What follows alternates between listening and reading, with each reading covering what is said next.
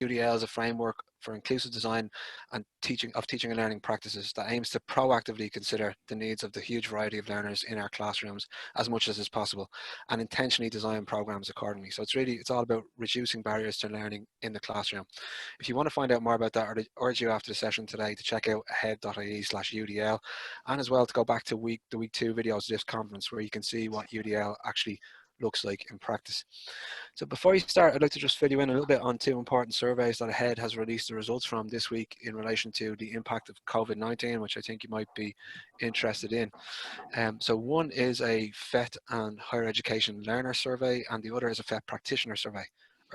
So one is cross-tertiary and one is specifically about FET practitioners. Both are quite detailed, have lots of interesting findings about how learners with disabilities and FET practitioners are adapting to the new situation and some of the challenges really that they're facing, I suppose. So I urge you to check them out on our website. Just to give you a few key findings just to pique your interest. With the learner survey, we had 601 students with disabilities responding to the survey, and that's 25 out of 26 counties represented in terms of where those students are residing and participating in both FET and HE programs. And the survey was carried out relatively recently, between April 9th and 27th. More than half of the respondents disagreed or strongly disagreed with the statement, "I am coping well with learning from home." So we know that there's a lot of students still really struggling out there, despite the great efforts that are going on in both HE and FET to keep those students engaged. Interestingly, students in FET programs were actually significantly more likely to agree with the statement that they, in other words, to say that they were coping well with learning from home than students in higher education, actually about twice as likely to say that they were coping well from home. So students who have the highest percentage of negative reaction to that statement are those in the mental health condition, and that's followed then by those with ADD, ADHD, and those with a specific learning difficulty. But I think really those with a mental health condition are really struggling, in particular with that lack of access to the counselling services and the lack of structure to the day that maybe is is part of their routine, and when that routine is disturbed, it's very difficult for those students. Some of the major issues raised, definitely a lack of structure and motivation to continue learning, lack of clarity about where the students stand with regards to assessment and with regards to the reasonable accommodations they receive both in their learning and within those assessments, and issues around accessibility of the online materials that they're receiving as well from lecturers in the move to remote delivery. For the FET practitioner survey, we had 281 FET practitioners from 25 of the 26 FET program types, with representation from practitioners in all ETBs and at all levels, so non-accredited and QQI levels 1 to 6, all represented in the responses. And the survey was carried out over the same period, so relatively recently. And 23% of respondents said that they usually have allocated hours for supporting learners with disabilities. So that's, in other words, they're some kind of SEN teacher. The high volume there is probably likely due to AHEAD's connections with SEN teachers. But of that group, 44% said that they actually had been unable to incorporate that role remotely, and that's really concerning, I think, going forward, and something that we need to examine a bit further. And there was a range of reasons provided for why that might be. 68% said that they considered how learners with disabilities will interact with materials online in the move to remote teaching.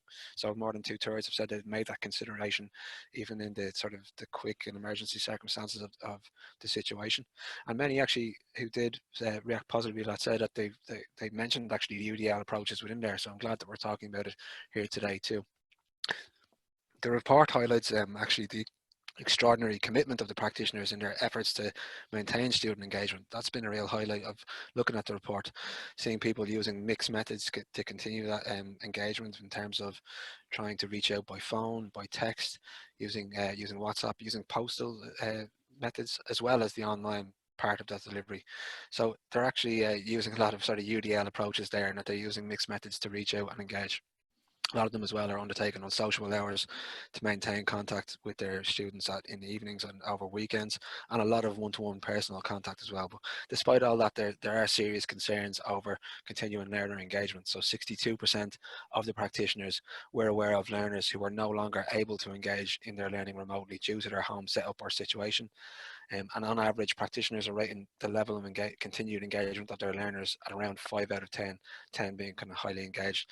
And within there, like some of the comments, for example, I think one person rated it as 5 out of 10, said half of my learners are not continuing at this stage, and that's why it's 5 out of 10. So there's definitely a lot of learner disengagement, and that's something that we really need to address, I think, in FET as a sector as a whole. Trevor, I'm just wondering, what did you have any reflections on the results of the survey yourself as they came out? Yeah, well, there was a few things that kind of, for me, as someone who's kind of worked in education, kind of stood out. And again, you just mentioned it, the one about how students, particularly with mental health conditions, ADHD or specific learning difficulty, seem to be finding it the most difficult to cope.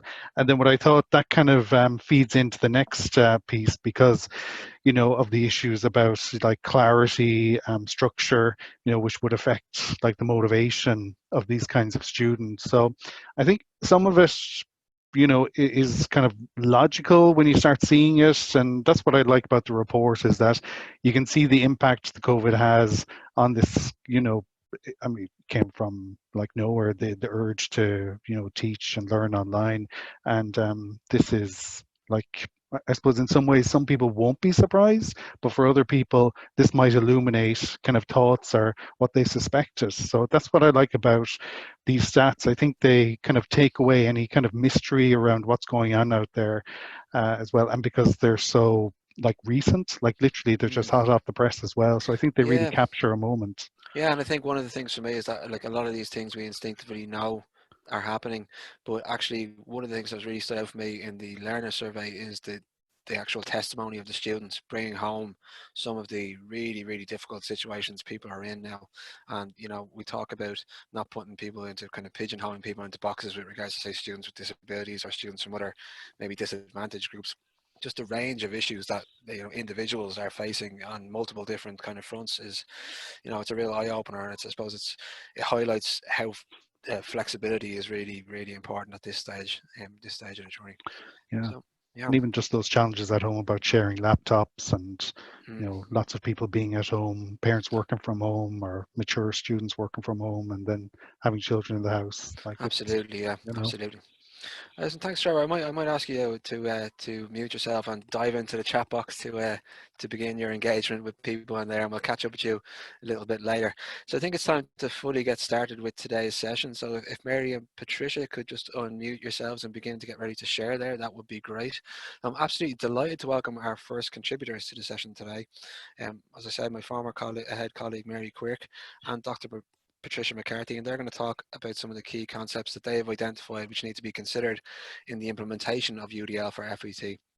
So first, just to say, I'm going to give a little background to the UDL for FET project, which is an AHEAD project. So SOLAS and ETBI have commissioned AHEAD to undertake this project. And SOLAS, I believe, see UDL as a very important tool in helping them to achieve their active inclusion goals more generally. There are two major outputs from the project. The first is the conceptual framework you're going to hear about from Mary and Patricia today. And that's a really important kind of scoping document which outlines from the literature some key concepts which need to be considered in the implementation of UDL for FET. That was launched by Andrew Brownlee, CEO of SOLAS, in week 1 of this conference last month. That document is now helping to inform the development of the UDL for FET guidelines within AHEAD. So those guidelines really aimed at supporting practitioners to implement UDL in their own setting. We've worked really hard in the development process of those guidelines to engage with the breadth of FETs, the breadth of the FET sector, to try and ensure that these are very much kind of guidelines of the sector for the sector. So as an example, we've conducted site visits of 7 different centre types across Ireland to engage with both management and practitioners about their current inclusive practices, their understanding of UDL, and what they feel they would want and need from UDL guidelines. We hosted a National World Cafe consultation event last October to gather more ideas from practitioners on the ground and from key stakeholders in the sector, and we've conducted countless individual practitioner interviews arising from the contacts that we built up at that event and throughout our journeys of consultation. So we did that really to capture good practice across different types of programs. So the aim really is that the guidelines will really reflect the diversity of programs and the practitioners that make up FET, and seek to build on the great practice that's already out there, because we know there's a rich history of inclusive practice in FET already. So helping to advise us on all strands of this project are the UDL for FET National Advisory Committee, which has representatives from key stakeholder bodies like SOLAS and ETBI themselves, but also bodies like the National Disability Authority, like QQI, the National Centre for Guidance in Education, and many, many more. The list is too long to name here, but I'd like to thank each and every one of those members of the committee, because they've been vital in developing this work. They really have. And we are looking forward to getting their input shortly again on the next phase of the project, the guidelines phase of the project. So before I hand you over to Mary and Patricia to talk about the framework itself, just I suppose a final thanks to SOLAS, and in particular to Roisin, Avicha and Jenny in the active inclusion team. They've just been wonderful collaborators and a wonderful support to us in this project as well. So how are you guys doing? Mary and Patricia, are you well? Very good, thank you, Dara. How are you, Patricia? Too. I'm fine. How are you surviving in the current madness of the climate we live in? Well, I'm very fortunate to have my guide dog Gaston here to keep me company. So if people hear him panting in the background, it's just that he's come back from a nice long run. Has Gaston made an appearance on Zoom yet in any of your sessions? Absolutely, regularly. And how are you, Mary? Yes, I'm also doing very well, very busy. Could sell 2 teenagers and 2 dogs at this stage, but you know, I do a trade with Patricia. I'll take Gaston, she can have the teenagers. Okay, guys, listen, I'm going to let you get started and crack on, and we'll see you afterwards for a few questions. Great, thank you. I'm just going to introduce and hand over to Patricia first. I'd like to welcome everybody and say that it's great to interact with you all on this forum, and thank you very much for the opportunity for to engage with our presentation. Our presentation is entitled "Let's Make Inclusion Everyone's Business," which is a phrase that I have to say that Patricia coined up over one of the many cups of coffees we had while we were writing up the framework for FET, and very much trying to get to the bottom of, well, what is it we want to offer the FET sector as a framework as they engage with an increasing diversity of students, while they've always been engaged with an increased diversity of students. So with that in mind, I'm going to pass you over to Dr. Patricia McCarthy. Thanks, Mary, and thank you all for attending today.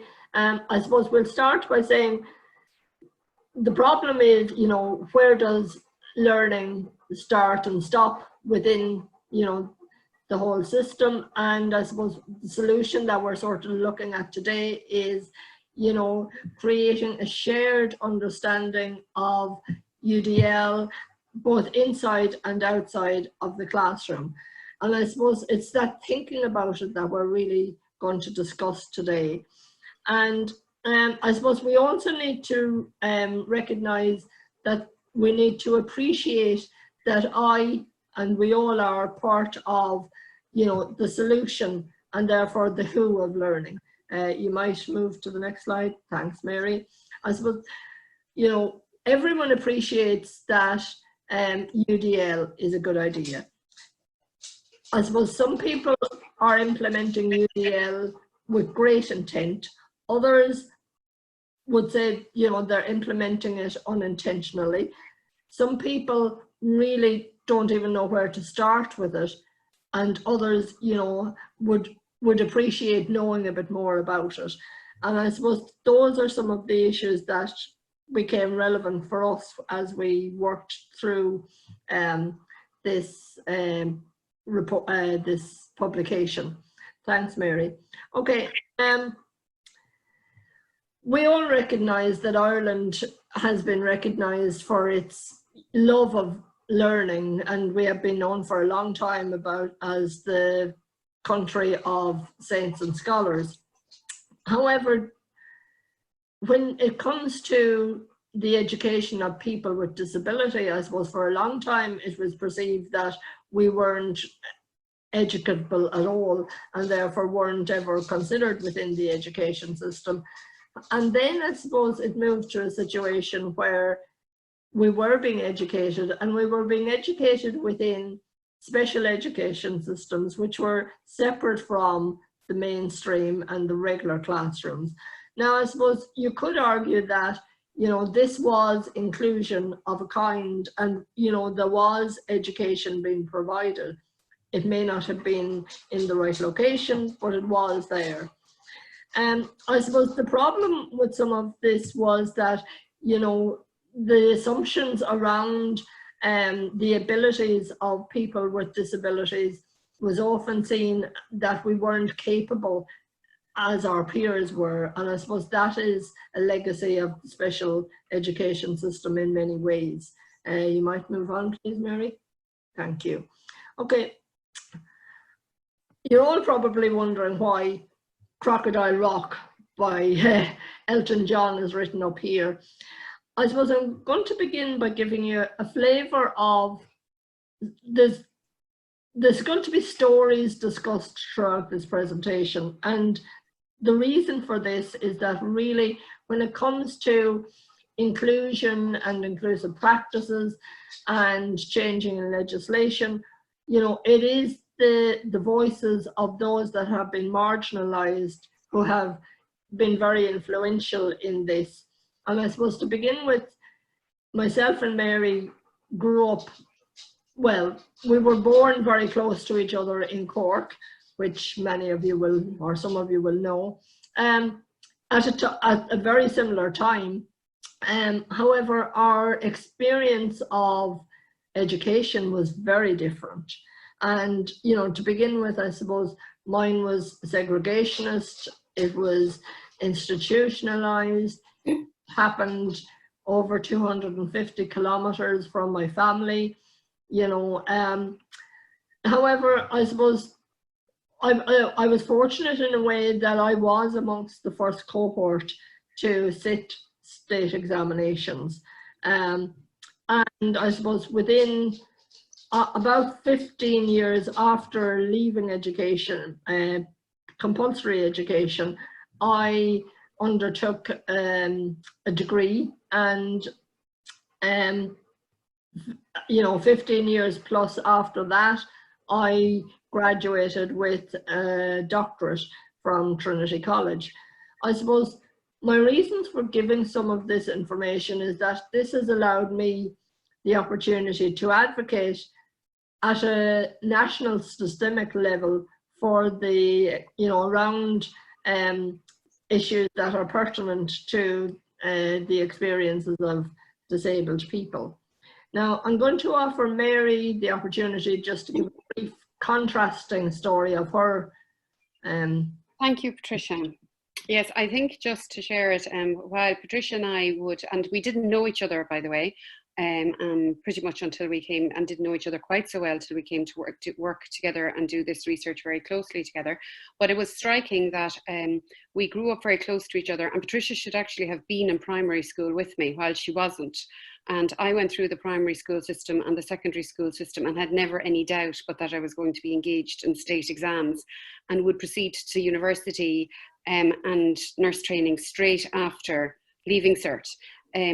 It's basically to make the point, and it struck both of us as we worked together, and I'm now working with Patricia again years later, and it maybe took us a longer, or it took her, Patricia certainly longer than it would have others, to get to our destination. But inclusion is something that we just can't take for granted. And that's the first key point that we really wanted to get across in this presentation, that there's at all stages people thought that they were being inclusive, even back when Patricia was in school, as Patricia has shared with me. But we cannot take inclusion for granted. Thank you, Patricia. I'll pass back to you. Okay, thank you. The next slide, I suppose, just gives a glimpse in images of some of my life experiences. You can see my graduation there with my nephew, just in case somebody is wondering who the young man is. I'm just going to draw your attention, I suppose, to one image there. You can see a machine on the top of one of the images, and that's a Braille machine, and that's how I was educated. It was through the medium of Braille. Now I use technology, and you can see that on another one. And I suppose we just showed this to show that, you know, now I am engaging in a very proactive and, you know, worthwhile way with many aspects of education. And I suppose we posed the question, if UDL was in place when I was a child, how would my education experience be different from what it actually was? Next slide, please, Mary. Thank you.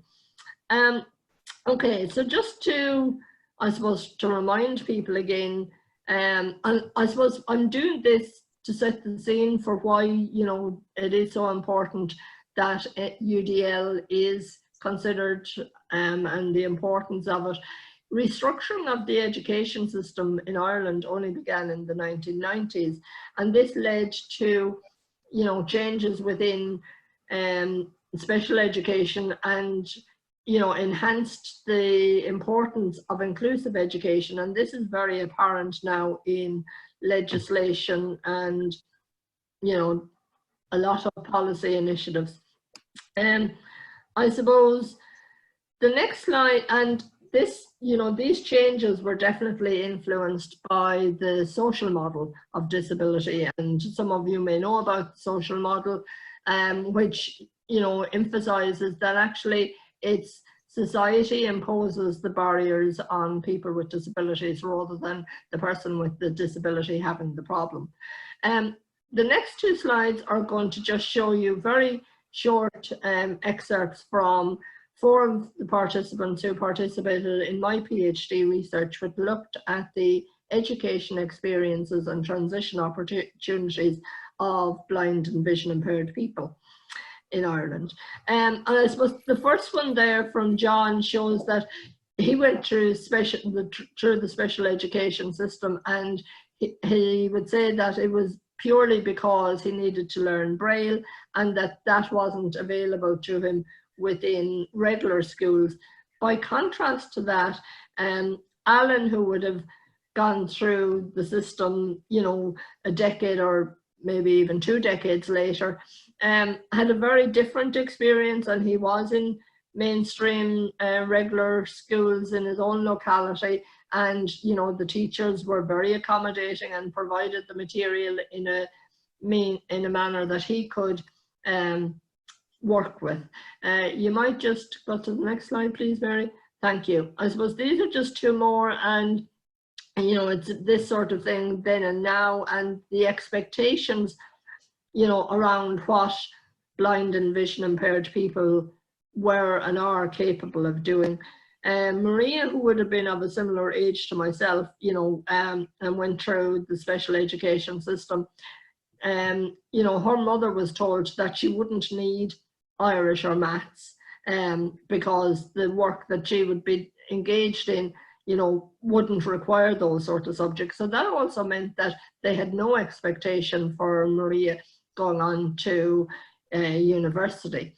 By contrast, Paul, who was in my youngest age cohort, his biggest problem, really, he perceived anyway, was that he had too many choices, which was wonderful to see. And I have to say, he was a very enthusiastic young man and went on to university and has achieved at a very high rate. You know, and I suppose that's just to give you a flavour of some of the stories in synopsis form that I was hearing about. Now, I suppose really, you know, we've been talking about inclusion, and increasingly we realise the importance of inclusion and how that is now, you know, even today it's even more important. And when you think about it, you know, COVID-19 has shifted the emphasis, I believe, around inclusion in many ways, because it's not just the individual with a disability that has to be included. Now, I would imagine that there are lots of people out there who are even lecturing or teaching in different capacities who suddenly went, oh, how am I going to be included in this very new world? So I suppose it's timely to look at how UDL can contribute to this.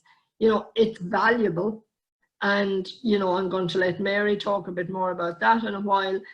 Again, back to this inclusion and inclusiveness, we have to keep remembering that inclusion is never done. If we think that we have reached full inclusion at any point, I believe we have lost the battle, because we always have to change and we're always having to adapt to new situations. It's equitable. We have, you know, considered a lot of the legislation, and I'm not going to go into it now, but, you know, inclusion is paramount and is, you know, upfront and in all of the new legislation over the last 20 years. And I suppose UDL can be responsive and can really make such a difference, you know, within further education and training, and, you know, within all aspects of education. And, you know, it's very important within the SOLAS strategy and within the active inclusion agenda. Next slide, please, Mary. Okay, this is where I'm going to hand over to Mary. Thank you, Patricia. I suppose Patricia has looked a little bit at the past and the experience of learners, and for a lot of people in education, and particularly with our engagement with our colleagues in the further education and training sector, and I would have had previous engagement many years ago, it's the learner and the people's stories that make it real, and it's always those people that drive it on.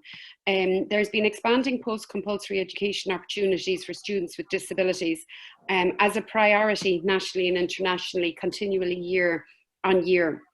And in Ireland, as Patricia said already, that the legislation is underpinning the policy of inclusion. So this is kind of a little bit of the, I suppose, the kind of what we should be doing.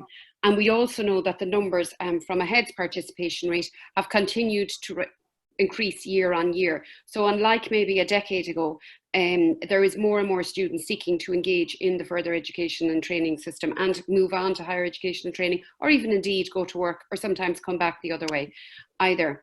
So it was very timely that we were engaged in this national project in looking at the what a framework for universal design for learning for the further education and training sector in Ireland.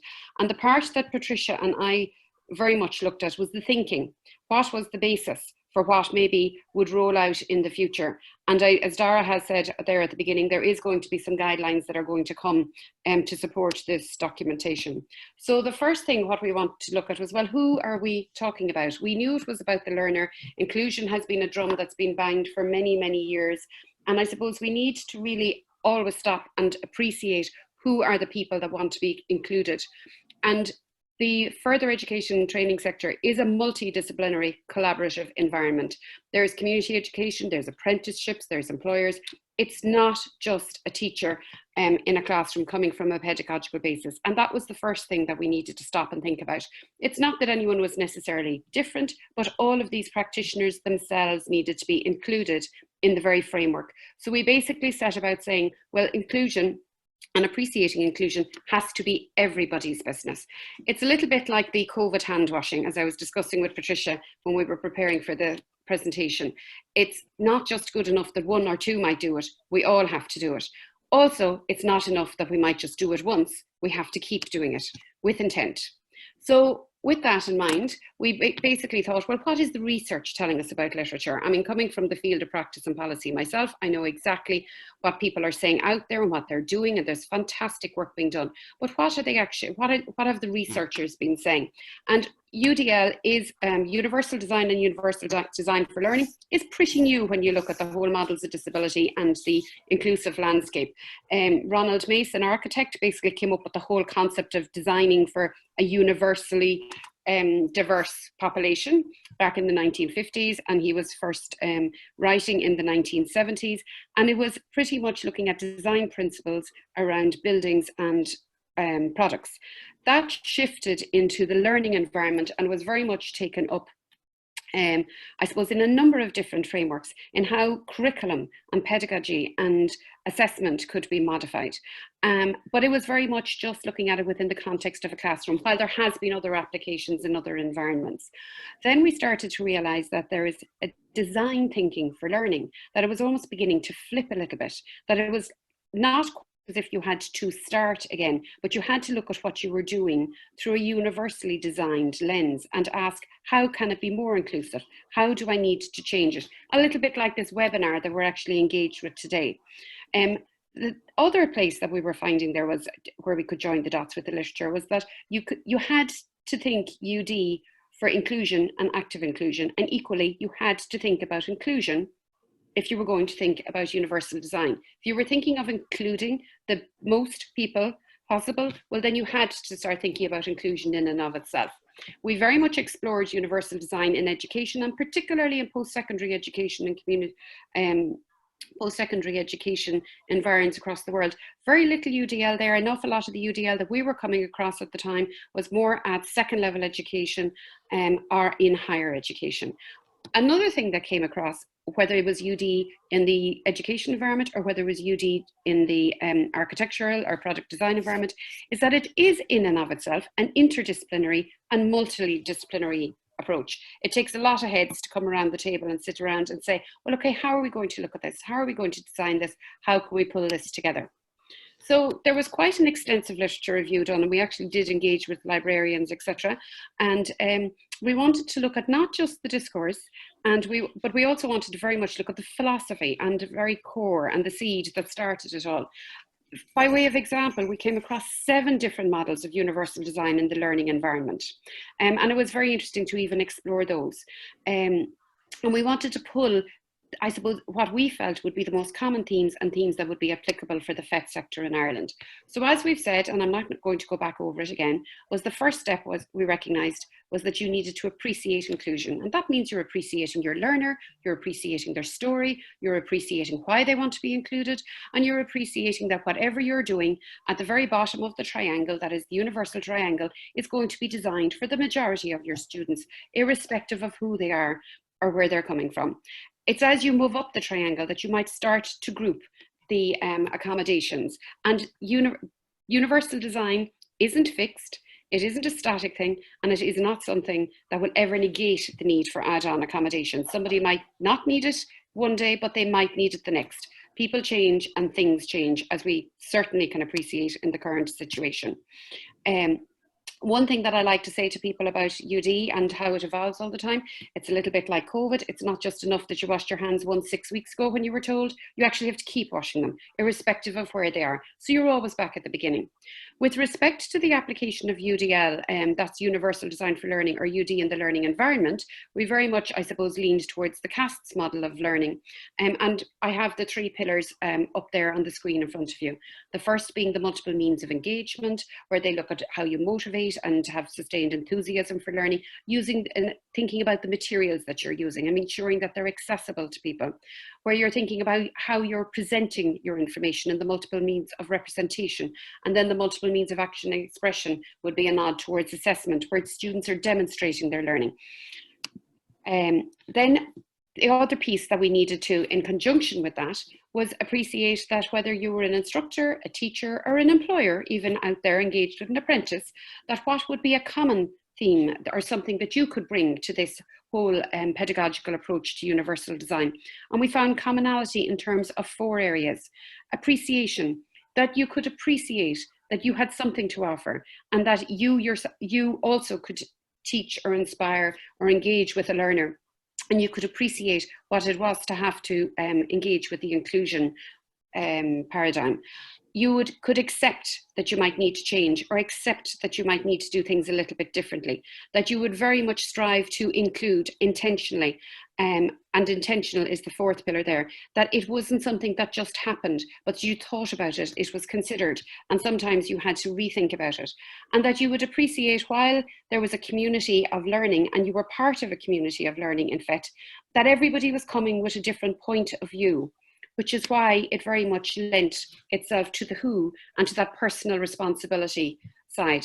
The theoretical framework of FET had to embrace the diversity of experience within the FET system. There is a wide range of professionals, and that's the beauty of FET, is the fact that it has so much experience in there to offer the learner, but each cannot work in a silo.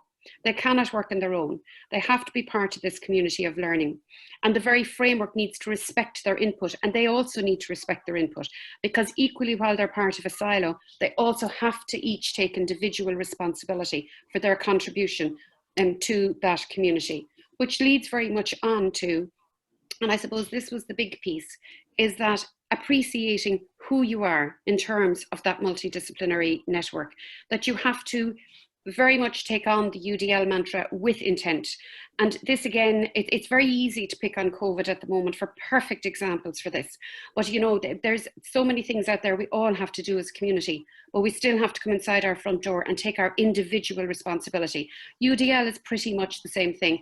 I had thought a couple of weeks ago I would be attending the head seminar with Patricia and engaging with all you colleagues and having a lovely catch up. And here I am online with my fingers crossed that the dogs won't go mad any minute. But I have to take responsibility, and I have to consider how I'm delivering my message. So those 4 key things, appreciation, acceptance, inclusion, intentionality, were so important for us supporting the community of practitioners, but also you as an individual practitioner as you go support that learner. And I think that's very important. So yes, there is the triangle of universal design.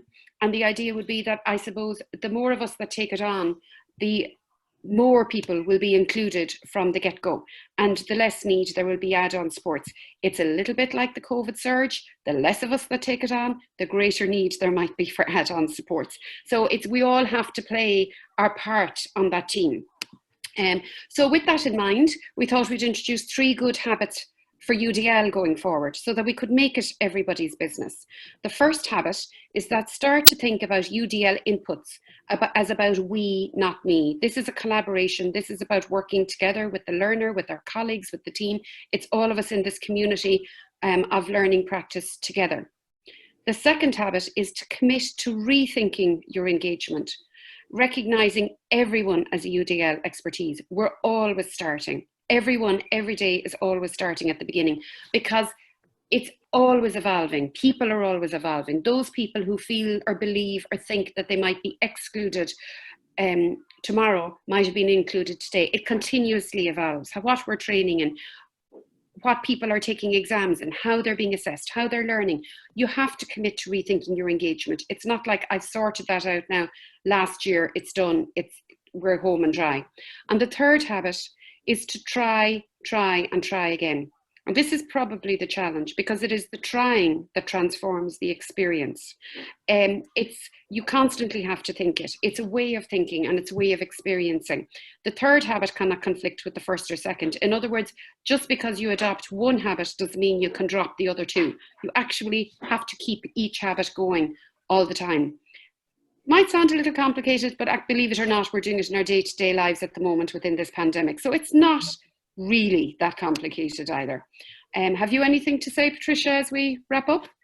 Actually, just as you're wrapping up there, guys, what I might do is just launch a wee poll, actually, about take a wee look at, are people applying UDL as a habit within the group? So I'm just going to launch that poll as you wrap up, and if the audience could just answer that poll, we might just have a wee chat about it afterwards. Yeah, that's great.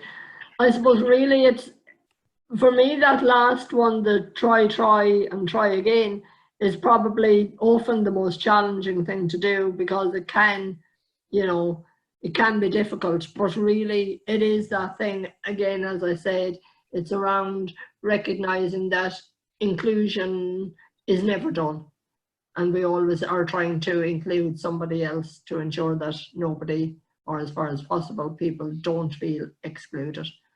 I love that concept, because I'm a firm believer that it's almost a harsh thing to say, but I'm a firm believer that we'll look back in 10 years at what we're doing now and, be horrified at certain parts of what we're doing. I think that's the whole point of this thing, that we have to be like, we haven't done our job in 10 years time if we aren't looking back at some of the current practice and going, oh my God, we thought that was what we looked at as acceptable inclusion, So I don't know how you feel about that, but I certainly look back since the time I began ahead 12 years ago, and the landscape looks very, very different already. We've come such a long way. And I remember when we joined, being so impressed by some of the work that was been going on then. And, so it is this ever evolving journey that we need to continue on. Mm-hmm. Yeah. And I'm just looking at some of the polling that's coming in here. I'm just going to hopefully share these results here, but I can start to fill you in on what it is. So 27% have said they're not applying UDL as a habit yet. They don't know enough and they're just getting started. About 60% said I'm on my UDL journey, still learning, but I'm doing a lot. And I love to know there's 14% of the room are UDL pros, and see it as part of their everyday thinking and just the way they think about education. I think that's quite encouraging, isn't it? Mm. Yeah, I actually like to think that the 60% are are the interesting people for me, that they feel they're on the journey and they have more to learn.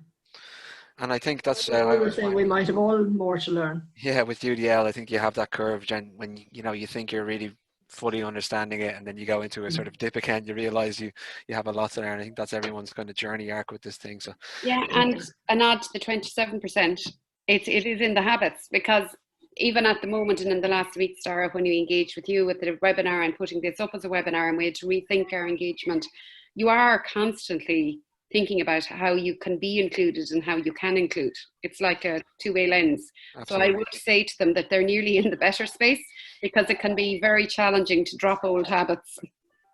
And can I just give one example there of how Dara had to be inclusive today for me, because I've watched some of the other webinars, and rightly so, he's intervened at times throughout the presentation to pose questions or to make comments, and I specifically asked that he wouldn't do it while I was presenting, so that I wouldn't lose my trail of thought. So I do appreciate that today, Dara. I'm sure you were probably sitting on there.